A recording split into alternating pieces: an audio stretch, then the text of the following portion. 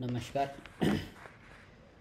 नीट परीक्षेच्या संदर्भात जो काही गैरप्रकार झाला त्या संदर्भात संसदेमध्ये घमासान अशा स्वरूपाची चर्चा झाली. नीट परीक्षेच्या बाबतीत सर्वोच्च न्यायालयाने मंगळवारी निर्णय जाहीर केला. यंदाची नीट परीक्षा रद्द होणार नाही हा सर्वोच्च न्यायालयाने दिलेला निर्णय आहे.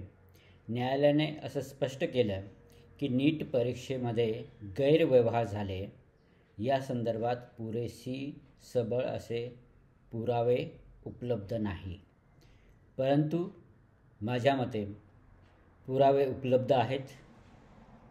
फक्त सर्वसमावेशक विचार करता सर्वोच्च न्यायालयाने हा निर्णय दिलेला आहे. कारण देशभरातून 20 लाखाहून अधिक विद्यार्थी या परीक्षेला बसतात आणि त्यांची मनातील मानसिकता जी काय आहे अनिश्चितता या निकालामुळे या नीट परीक्षेच्या निकालामुळे लागलेली वाटत होती आणि म्हणून सर्वोच्च न्यायालयाने सर्वंकष अशा स्वरूपाचा विचार करत निर्णय दिला की नीट परीक्षेमध्ये जे काही गैरप्रकार झालेला आहे त्याच्यावर पुरेशा अशा स्वरूपात पुरावे उपलब्ध होत नाही. न्यायालयाने पेपर फुटीच्या संदर्भात असे निरीक्षण नोंदवले आहे की परीक्षेवर शंका घ्यायला वाव असला तरी प्रामाणिकपणे परीक्षा दिलेल्या विद्यार्थ्यांची संख्या जी आहे ती अधिक आहे. हा एक विचार करण्यासारखी गोष्ट आहे. जे काही प्रामाणिकपणे अभ्यास करतात, परीक्षा देतात त्या विद्यार्थ्यांची संख्या अधिक असल्यामुळे ही परीक्षा रद्द करणे योग्य ठरणार नाही अशा स्वरूपाची निर्णय हा सर्वोच्च न्यायालयाने दिलेला आहे. त्यामुळे पेपर फुटी ही व्यापक प्रमाणात होती असेही सिद्ध होत नाही. जे पेपर जो काय आहे तो पेपर काही मोजक्याच राज्यांमध्ये काही मोजक्याच ठिकाणी तो पेपर फुटलेला आहे, परंतु पेपर हा फुटलेला आहे. तरी पण जी काही 20 लाख विद्यार्थी बसलेले आहेत त्याच्यापैकी मोजक्याच विद्यार्थ्यांनी हा सगळा प्रकार जो आहे तो केलेला आहे. तर त्यामुळे ही परीक्षा जी आहे रद्द करून पुन्हा नवीन घेणे सर्वोच्च न्यायालयाला योग्य वाटले नाही. त्यामुळे त्यांनी घेतलेली जी काही परीक्षा आहे ती तशीच पुढे कंटिन्यू करा, कारण पुढच्या भविष्यात त्याचे वाईट परिणाम होण्याची शक्यता आहे. ॲडमिशन जी काय आहे ती ॲडमिशनची प्रक्रिया जी आहे ती प्रक्रिया लांबण्याची शक्यता आहे.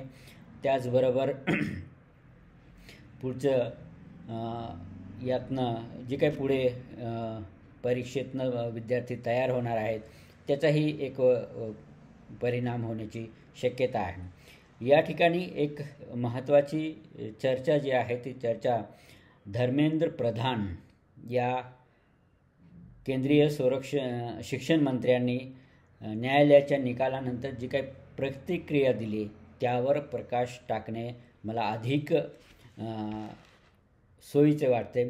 त्यांनी असं म्हटलं की विद्यार्थ्यांची दिशाभूल करणे हे विरोधकाचं काम आहे.